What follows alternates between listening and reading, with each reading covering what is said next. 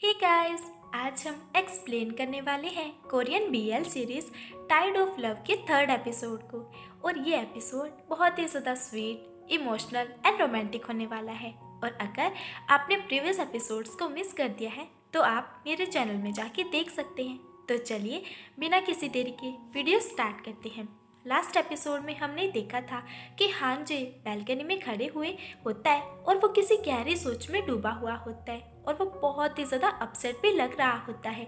जुन उसे देखता रहता है। हांजे यहाँ खुद से कह रहा होता है कि मैं हॉलीडेज में अलोन था, स्कूल में भी घर में भी मैं हमेशा अकेलापन महसूस करता था, क्योंकि ना ही हांजे का कोई फ्रेंड है, ना ही कोई उसका पार्टनर है और ना ही कोई उसकी फैमिली है। अभी तक जितने भी लोगों के साथ मैंने नाइट स्पेंड की है वो ओनली वन नाइट स्टैंड था। हांजे को सैड देखकर जुन कहने लगता है कि इनके पास सब कुछ है फिर भी ये कितने ज़्यादा अकेले हैं। बात तो यही है कि हम दोनों सेम हैं, एक जैसे हैं, दोनों ही लोनली है। देन जुन हांजे के पास आ जाता है और वो उसे कहने लगता है कि आप कुछ वार्म ड्रिंक करना चाहेंगे।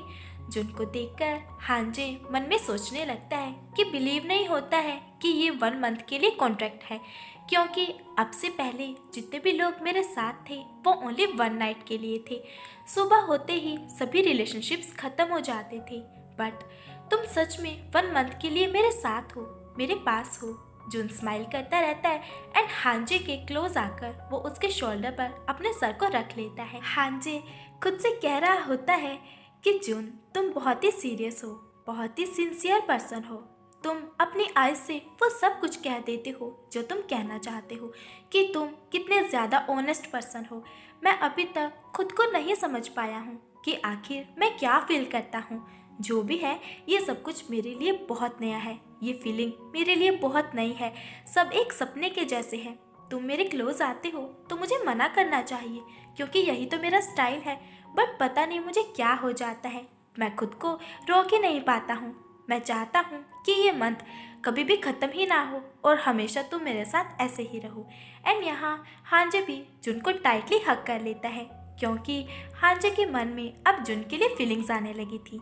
इसके बाद जुन अपनी मंडे क्लासेस के लिए जा रहा होता है एंड तभी उसे पेमेंट ट्रांसफ़र नोटिफिकेशन मिलता है और ये देखकर जुन बहुत ज़्यादा हैप्पी हो जाता है एंड वो अपनी मॉम को कॉल करता है और वो मॉम से कहने लगता है कि मॉम, आपकी सर्जरी के लिए मैं जल्द ही एक बहुत अच्छा डॉक्टर ढूंढ लूँगा एंड आप मेरे ट्यूशन फीस के लिए भी वरी मत होइएगा, वो भी मैं बहुत अच्छे से हैंडल कर लूँगा। अब मैं बच्चा नहीं हूँ, मैं आपका बहुत अच्छे से ख्याल रख सकता हूँ और सब कुछ बहुत अच्छे से मैनेज कर सकता हूँ। एंड डोर के दूसरी तरफ हांजे होता है, जो कि जुन की ये सभी बातें सुन रहा होता है और इस तरह धीरे धीरे हांजे जुन से इमोशनली कनेक्ट होता चला जा रहा था। कुछ टाइम के बाद हांजे अपने आदमियों को कॉल कर रहा होता है और वो जुन के बारे में उनसे पूछ रहा होता है कि आज जुन किसी से मिला तो नहीं है, उसने किसी से कोई बात तो नहीं की। दैट मीन्स हांजे के आदमी जुन के ऊपर हर वक्त नज़र रखे हुए थे। तभी जुन यहाँ पर आ जाता है और नेक्स्ट मंथ के लिए वो न्यू कॉन्ट्रैक्ट उसे देता है, जिसमें जुन ने कुछ चेंजेस किए थे। हांजे कॉन्ट्रैक्ट को रीड करने लगता है। जुन उसके हाथ को थाम लेता है, क्योंकि जुन को बहुत ज़्यादा डर लग रहा होता है कि कहीं हांजे नेक्स्ट मंथ के लिए कॉन्ट्रैक्ट को रिजेक्ट ना कर दे। जुन उससे कहने लगता है कि ओनली 1 मंथ के लिए आप जो चाहोगे मैं वो सब कुछ करूँगा, क्योंकि जुन ये नहीं चाहता था कि ये कॉन्ट्रैक्ट ख़त्म हो, क्योंकि उसे पैसों की बहुत ज़्यादा ज़रूरत है। और हांजे भी उस न्यू कॉन्ट्रैक्ट के ऊपर साइन कर देता है, क्योंकि हांजे भी अब ये बिल्कुल भी नहीं चाहता था कि जुन उससे दूर हो जाए। नेक्स्ट सीन में जुन हांजे के लिए डिनर बाय करता है, क्योंकि हांजे हमेशा सेम खाना खाता है एंड यहाँ जुन उसे अपने हाथों से खाना खिलाता है और हांजे को ये सब कुछ बहुत ज़्यादा अच्छा लग रहा होता है और इसीलिए वो स्माइल करता रहता है। एंड नाइट में हांजे जुन के करीब आता है और उसकी आइज़ को वो कवर कर देता है, इवन वो उसके क्लोथ्स को भी रिमूव कर देता है, जिसके बाद वो जुन को टच करने लगता है एंड यहाँ वो उसे पैशनेटली किस करता रहता है। इन सब के दौरान हांजे स्माइल करता रहता है एंड देन दोनों ही इंटीमेट होने लगते हैं। नेक्स्ट मॉर्निंग जुन उठता है तो वो हांजे को देखकर वो स्माइल करने लगता है और वो उसकी पिक्चर्स क्लिक करने लगता है और हांजे को वो टीज करने लगता है और यहाँ हांजे खुद से कह रहा होता है कि जुन हमेशा स्माइल करता रहता है। उसकी मुस्कुराहट बहुत ज़्यादा ब्राइट है कि जैसे उसे देखकर ऐसा लगता हो कि मेरे सभी सपने सच हो गए हैं।